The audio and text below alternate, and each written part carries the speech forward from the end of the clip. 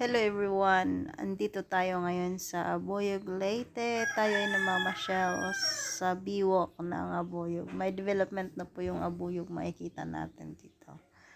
So, una sa lahat, shoutout nga pala sa mga patuloy na sumusuporta sa akin. At ako nga pala si Provincianang Crafter. So, ngayon di muna tayo magka-craft kasi tayo ay mamamasyal dahil weekend. At saglit lang to kasi may pinupuntahan lang kami importante at dumaan lang dito.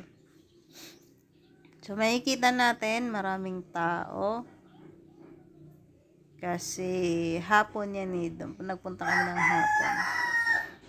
Yan, maraming namasyal lalo na weekend.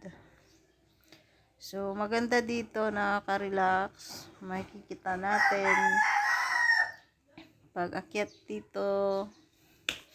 Yan, ito ay hindi pa tapos na biwok ng Aboyog. Mahaba pa yung gagawin. So, ito muna yung area na tapos na. So, pwede nang mamasyal dito. Ayan, makyat na kami. At charan! Yan po yung view dyan. Makikita natin, maririnig natin yung hampas ng alon talaga. Talagang hampas. Kasi maalon season ngayon, tag-ulan.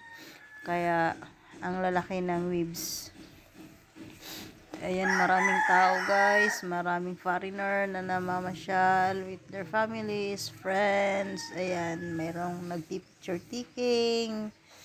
Ganda pagmasdan. Nakaka-relax talaga yung hampas ng alon. Sarap dito magmuni-muni at masarap din dito mag-jogging tuwing umaga. Kasi mahabang area, so may enjoy natin yung jogging.